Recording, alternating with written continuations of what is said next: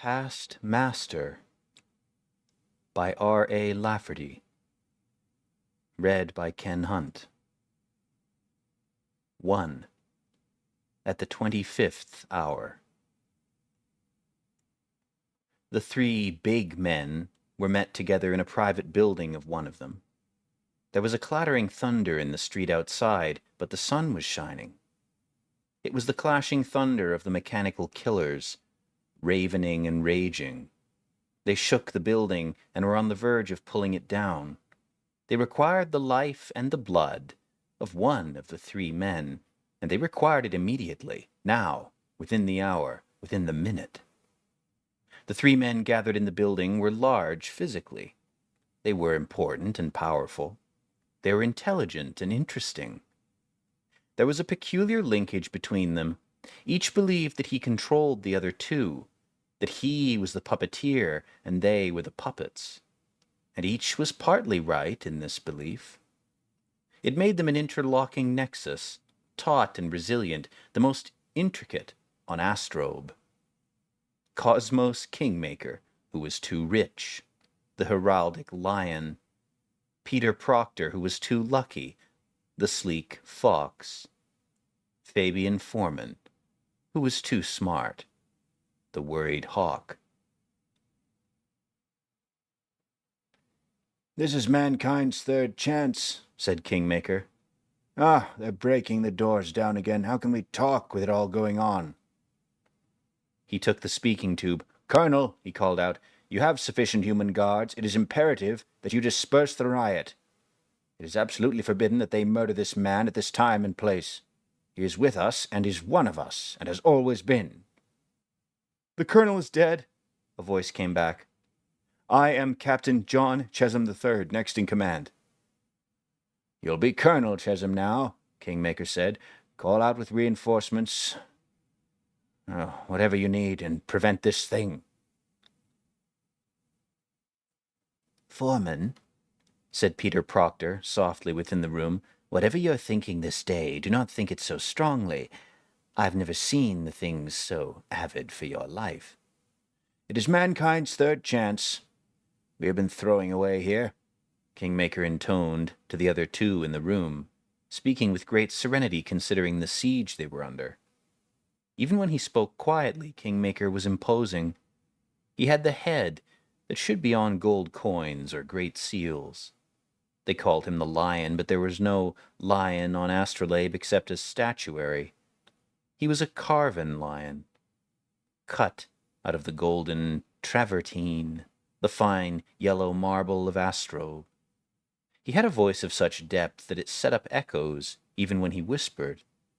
It was part of the aura of power that he had set up about himself. "Mankind's first chance was the old world of old Earth," Kingmaker said. "What went wrong there, what continues to go wrong there, has been imperfectly analyzed. Earth is still a vital thing, and yet we must speak of it and think of it as something in the past. It didn't make it before, in that old world, and it isn't going to make it now. It hasn't lasted. Instead, it has shriveled." Thunder and bedevilment. They were howling and quacking worse than ever. They'd take the building apart stone by stone to get their prey, and they wouldn't be long about it. The mechanical killers were relentless when they came near their kill, and Fabian Foreman was their intended kill. "Mankind's second chance was America, the new world of old Earth," Kingmaker continued. "In one sense it was the first new world, a sort of childhood of ourselves, and mankind experienced its second failure there. That was really the end of old Earth. She lives in our shadow now, has done so since we were big enough to cast a shadow."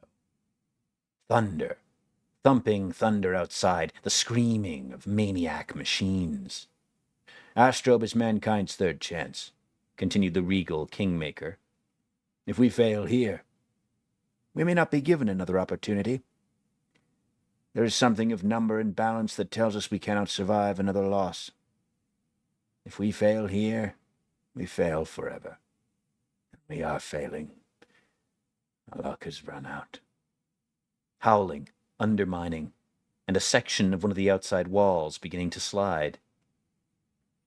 Our luck will never run out, Proctor stated. We've oceans of luck still untapped.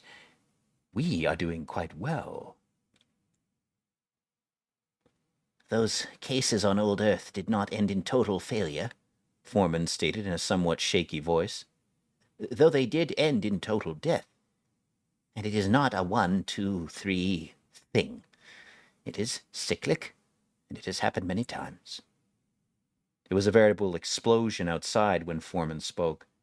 It was his life that the mechanical killers demanded right now.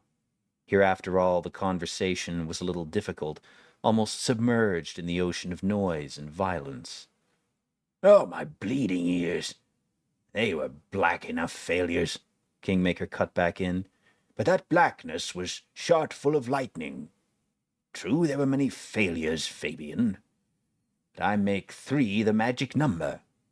The clock stood at 25th hour, so often, at the very survival of man, through it, all of it, appears a miracle. Let's drag it back into the daylight, Proctor growled softly above the noise that indicated the killers had already broken into some of the upper rooms of the building. Only ourselves are here, and we are not impressed by each other's eloquence. We are here to select a candidate. We are not here to stay the crack of doom. Wrong, Proctor, Kingmaker rumbled like buried thunder, and Kingmaker was always impressed by his own eloquence.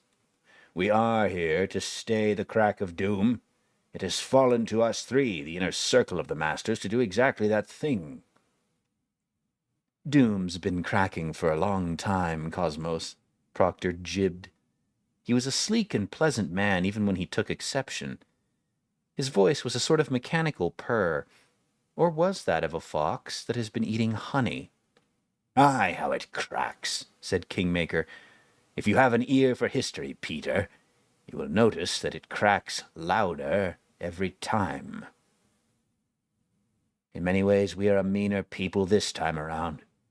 Would we 3 be at the top of the heap in any other of the earlier orders?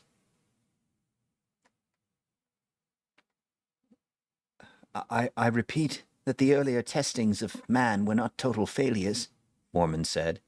And perhaps they were not failures at all. They were deaths. It is not the same thing. The floors were being undermined. You could hear the hate roaring of the things underfoot now. There has always been a web of desperate and quiet, incredible triumph, Foreman continued. The indomitableness of man has so far been the most amazing thing about him. I hate to see it all going out of us. Foreman's voice did have a little of the hawk's cry in it, but also a jingle of old laughter.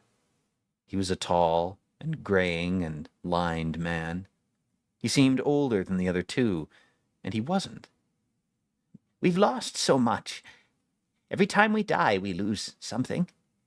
So much could have been done. So much became livid with rottenness that we became... We belittled what was done. So for one not quite total failure in the old world of old Earth, we were given another life. Something over 1,000 years ago. We were given the American thing. And failed even worse, Proctor purred with a sort of cheerful bitterness. No, we did not, Kingmaker protested. We failed even better. It's an ascending spiral, till it breaks. That's true, Foreman said. Our American failure was less nearly total. With a new world to work in, and with unlimited prospects, we limited them shamefully. There was no error of the old world that we did not commit again in the new world on a vaster plane. But there was another side to it. There were times when we almost balanced the loaded scales, when we reanimated both the old and new worlds. There were times when we won hands down, when we didn't have a chance. We enlarged ourselves, the two hemispheres of us, and we set to tasks that before could not have been conceived. Oh, but our failures were abysmal enough to sicken a scavenger. But we did come near to appreciating just how high the challenge is. That world died, though history does not record the event. So for that death, which was not quite a total failure, we were given yet another life. Oh, Astrobe, the proctor said with smiling contempt. Yes, here on Golden Astrobe, said Kingmaker with affection. Foreman says the other worlds all died. In a sense, he is right. This is the world that must not die. We are, and I do mean to be Flowery, the third and possibly last chance of mankind. Foreman uses another count than mine. I'm never sure that we mean the same thing. But I know what I mean. Another failure will finish us. If we die here, that is the end of everything. Our contrivances, the machines, which say they will succeed us, can save neither themselves nor us. We have walked the fine line too long, and it almost disappears. How have we failed? For 500 years everything went right. We had success safe in our two hands. And dropped it, said Foreman. In 20 years everything has come apart. They were all cool, considering the howling menace outside and now perhaps within. But they had to pause for a moment when the noise completely overwhelmed them with its waves. I'm puzzled, Kingmaker said when it was possible to be heard again. For days at a time the killers don't bother about you, Foreman. And then they go wild to get at you, as now. I believe they'll have your life this time. For days at a time I'm not clear in my own thinking, Foreman stated. Today I am. And they sense what it is. But they're mistaken in my motives. Nobody has the welfare of Astrobe so much as heart as myself. We've had the sensor machines run a few logs on you, Foreman, Kingmaker said heavily. It's certain that you'll be murdered. Today, I believe. Your logs say within the next several months at most. You'll be literally torn to pieces, Foreman. Your body dismembered.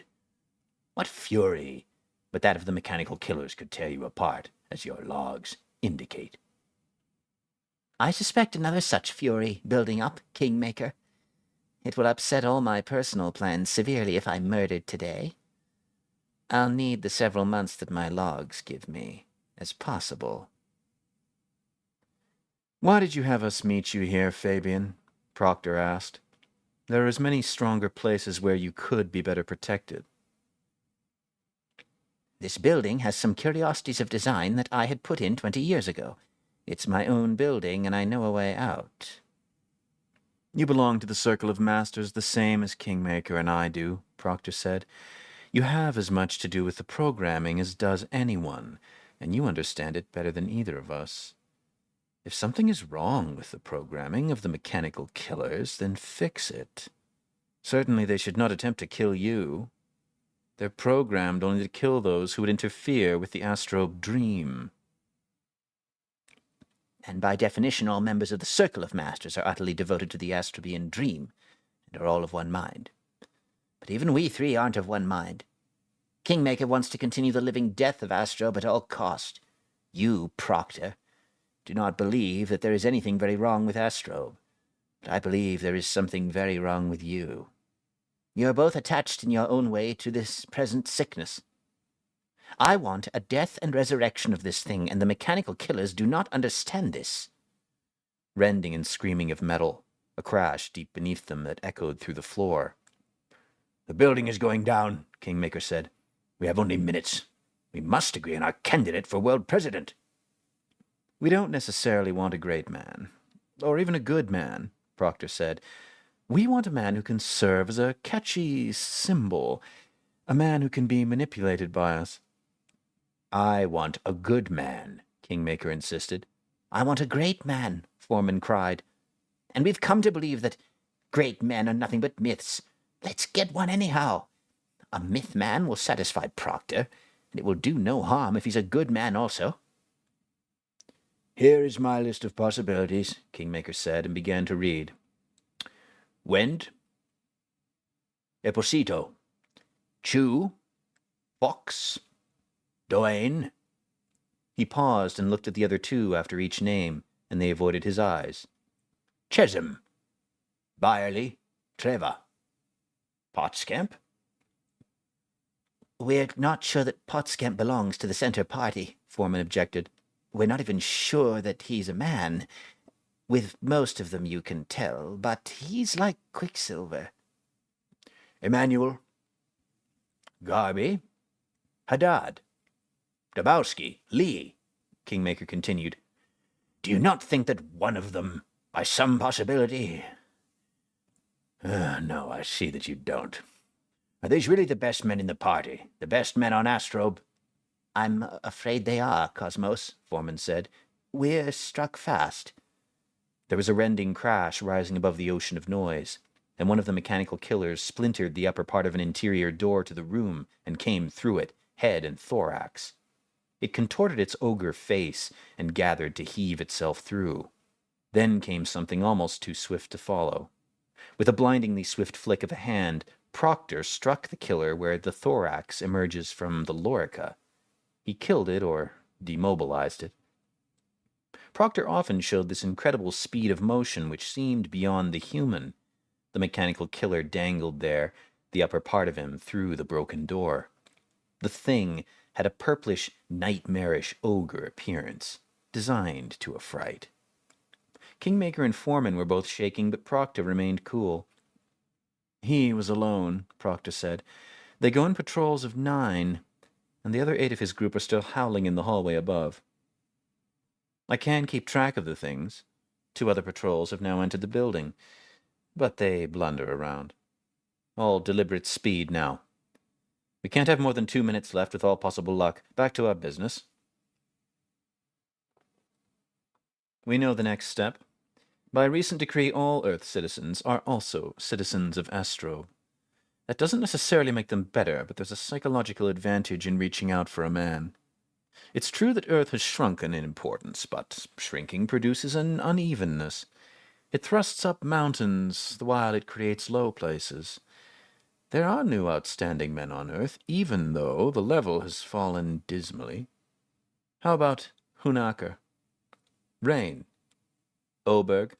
Yes, I know they all sound almost as dismal as do the leaders of Astrobe. Quillian? Paris? Fine? We're in a blind maze of midget men, Kingmaker said. There are no real leaders. It's all become automatic. Let's go the whole way, then. The programmed person's purpose, once more, that they manufacture the perfect candidate. And that all parties endorse him. I'm tempted to go with them. We've been there before, Foreman protested. It didn't work then, and it won't work now. The old recension humans simply aren't ready to accept a mechanical man as world president. Remember, that's how North Prophet had his being. They fabricated him some years ago to be the perfect leader, and so he would have been, from their viewpoint. And according to rumor, that is the origin of Potscamp also. No, it's a human leader that we need. We must keep the balance of a human for president and a mechanical for surrogate president. A mechanical man can't stop the doom clock from striking on us. He's part of the clock. There's one other field of search. Kingmaker came in, as if on cue. If he hadn't, Foreman would have suggested himself the same course of action, and that would have taken the edge off of it.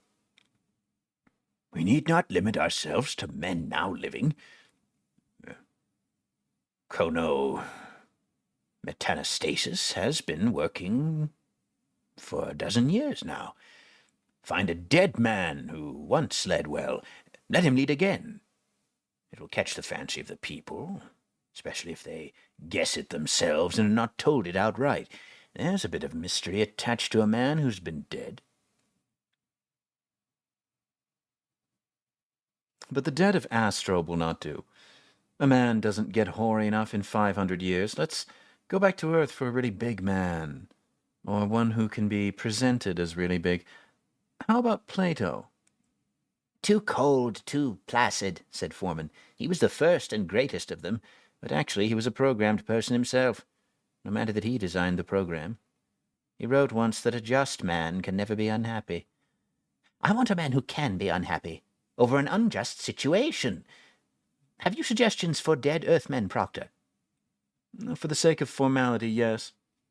King Yu, Mung Ko, Chandragupta, Stilicho, Charles the Great, Cosimo the First, Machiavelli, Edward Koch, Gustavus Vasa, Lincoln, Inigo Jones.